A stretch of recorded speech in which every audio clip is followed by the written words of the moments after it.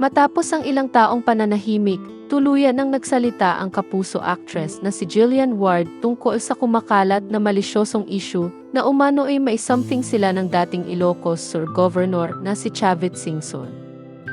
Sa panayam niya sa programang Fast Talk with Boy Abunda noong October 21, inamin ni Jillian na matagal na niyang tinitiis ang naturang tsismis. Ayon sa kanya, nagsimula raw ang issue noong siya ay 16 taong gulang pa lamang.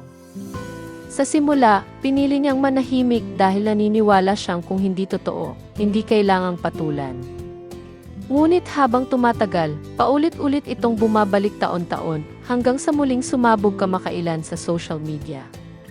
Noong una, akala ko meme lang. Sobrang katawa-tawa kasi ng mga sinasabi nila. Pero nang binasa ko na ang mga komento, doon ko naramdaman ang sobrang sakit. Ang dami pong bastos na salita at pati pamilya ko nadadamay na emosyonal na pahayag ni Jillian. Ayon pa sa aktres, 4 na taon niyang tiniis ang mga maling balita bago siya nagpasya na magsalita. Ang turning point talaga ay ang pamilya ko. Binabastos na rin po, lalo na si mama. Kaya sabi ko, enough na po talaga, dagdag niya.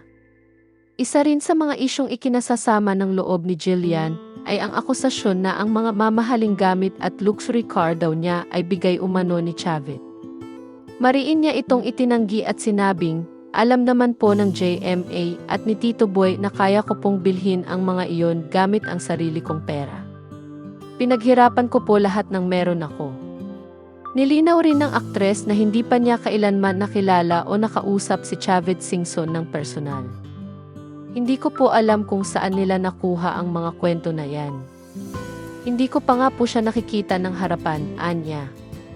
Samantala, itinanggi rin ni Chavit Singson ang mga paratang at sinabing walang katotohanan ang mga tsismis na iyon. Sa huli, umaasa si Jillian na matapos na ang mga maling balitang bumabalot sa kanyang pangalan. Gusto ko lang po ng respeto. Bata pa ako pero marunong po akong lumaban para sa katotohanan, matapang niyang pagtatapos.